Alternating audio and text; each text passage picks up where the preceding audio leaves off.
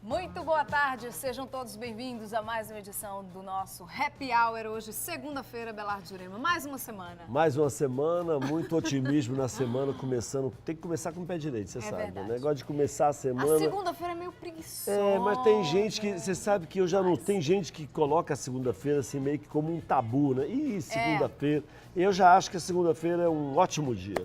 Eu acho, a gente começa a trabalhar, não, Lina? É verdade, é Senão, bom. a pessoa não ia tirar a segunda-feira, a terça-feira ia virar segunda-feira. Pois tem isso também.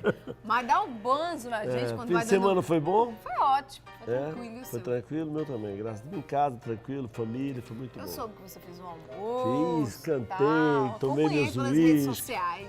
Tomei meus uísques, cantei, brinquei, Tomando uísque. fiquei com a família, foi muito bom.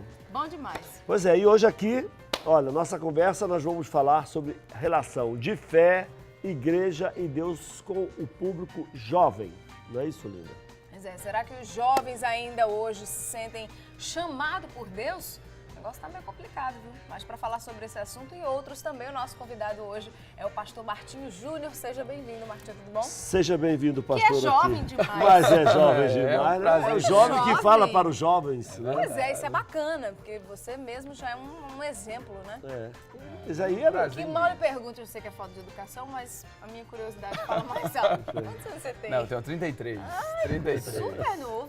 Pois então, e como é que começou isso, né? Como é que essa sua relação assim com a fé, para aprofundando mais as Bom, coisas? eu entrei na igreja mais ou menos aos 18 anos. E desde que entrei me envolvi nos ministérios, só que, sinceramente, nunca pensei em ser pastor.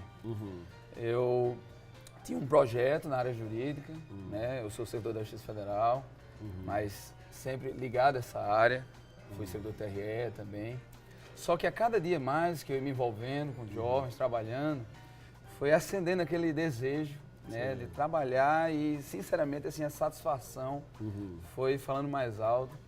Até que chegou o dia que eu disse que... Você começou com o pastor Fernandes, com o Estevão?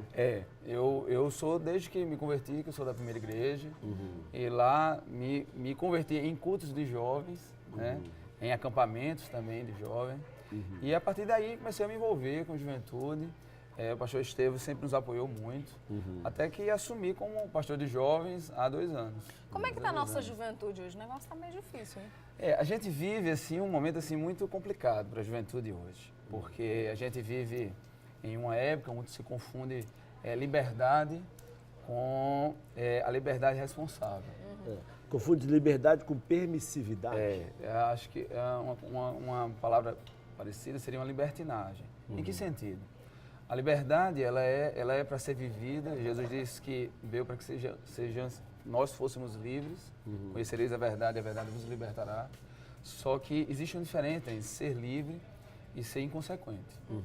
E a gente percebe hoje que a juventude, ela, no afã de viver uma liberdade, no afã de buscar, né, uma felicidade a todo custo, às vezes ela não percebe que nossos atos elas geram consequências. E são essas consequências que muitas vezes não pensadas que destroem a vida de muitos jovens. É preciso ter a liberdade com responsabilidade. Exatamente, essa é a ideia, entendeu? E eu acho que a maior força que nos ajuda a compreender a consequência dos nossos atos é entender que na nossa vida nós temos propósitos. E toda vez que a gente vive fora desses propósitos, a gente vai destruindo vidas, né? E quando a gente vai conversando assim com os jovens hoje, a gente vê assim, realidades assim, de adolescentes que, encantados com tantas coisas, vão perdendo momentos importantes da vida, com drogas, com bebidas, né? E eu acho que uma das funções da igreja é mostrar que é possível você ser feliz, sim, sem se embriagar, é possível você ser feliz, sim, sem precisar de nada artificial para alimentar uma alegria que muitas vezes é camuflada, uma alegria que muitas vezes é mascarada. Você não acha, pastor, que muitas vezes essa liberdade que você fala aí dos jovens, né? Eu pelo menos observo muito isso nas festas que eu vou, né? Que muitas vezes os pais também têm muita responsabilidade, porque Linda, eu vou em festa de 15 anos pressupõe muitas pessoas novas, adolescentes, todo mundo bebendo, todo mundo... O pai já monta uma coquetelaria já especialmente para aqueles jovens, quer dizer, é proibido vender bebida alcoólica, até fornecer bebida alcoólica, você sabe, na rua. Mas nessas festas particulares, isso acontece livremente. Eu acho que os pais também têm a sua dose de responsabilidade nisso, não é, Martinho? Com certeza. Na verdade, hoje o que nós observamos é assim, é um problema na família, de maneira geral. Falta de referenciais na família. Há muitos anos eu ouvi uma frase assim interessante, faço o que eu digo, mas não faço o que eu faço. Então você vive muitas vezes em um ambiente familiar, onde os próprios pais vivem assim e não conseguem pôr limites, porque seu próprio exemplo não espelha isso. E muitas vezes, como você mesmo falou, Ana, nenhum pai conscientemente quer ver o filho preso em bebidas, viciado em droga, nenhum filho. Mas ele alimenta isso com as atitudes. Isso é uma coisa assim que a gente vive hoje, uma dificuldade de trabalhar com limites. Hoje os pais têm muita dificuldade em pôr limites. Mas o ser humano ele precisa de limites. Mas é lógico. Ele na adolescência, na juventude, precisa expor isso. Não fala de limites apenas impostos, sem ser conversadas as razões dele. Mas necessariamente precisa se ter.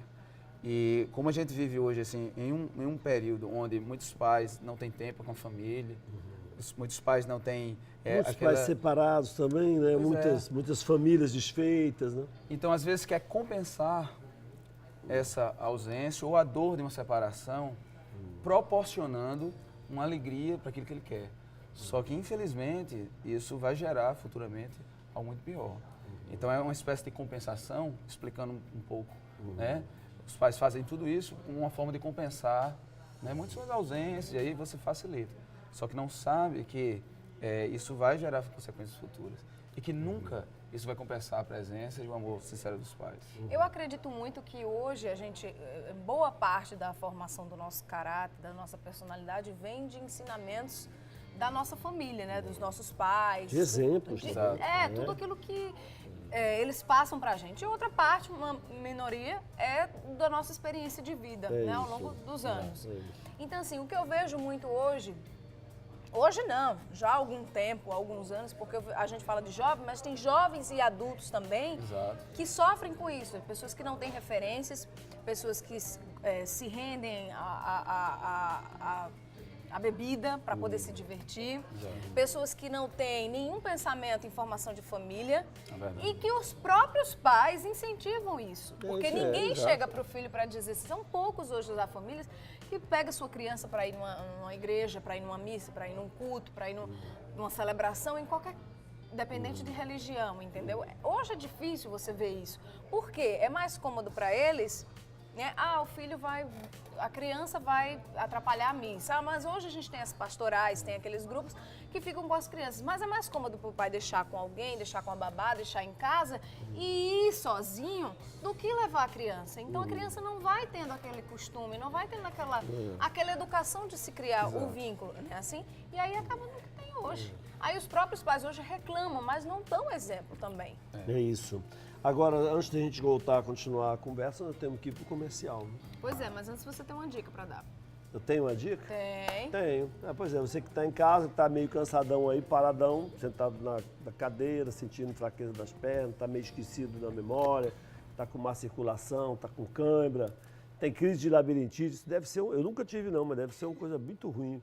Varizes, estresse, insônia, olha... 2 cápsulas ao dia do Elite 1000 ajuda a combater todos esses sintomas. É um complemento alimentar 100% natural, não tem contraindicação, você pode chegar na farmácia e ir lá comprar, que é o segredo de uma vida melhor com mais disposição. Portanto, não sofra mais com esses problemas causados pela má circulação.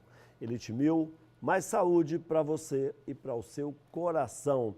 Melhora a memória, olha, a motivação aumenta até o desempenho sexual. Elite 1000, sucesso no Brasil, não custa caro, farmácia do trabalhador do Brasil. E agora sim, né, Lívia? Vamos ao intervalo comercial. Na volta, a gente tem mais conversa aqui com o pastor Martinho. Tá bom. Tem mais Abelardo, tem mais Linda Carvalho, tem mais equipe daqui da RCTV. Então não sai daí, voltamos já. Deus.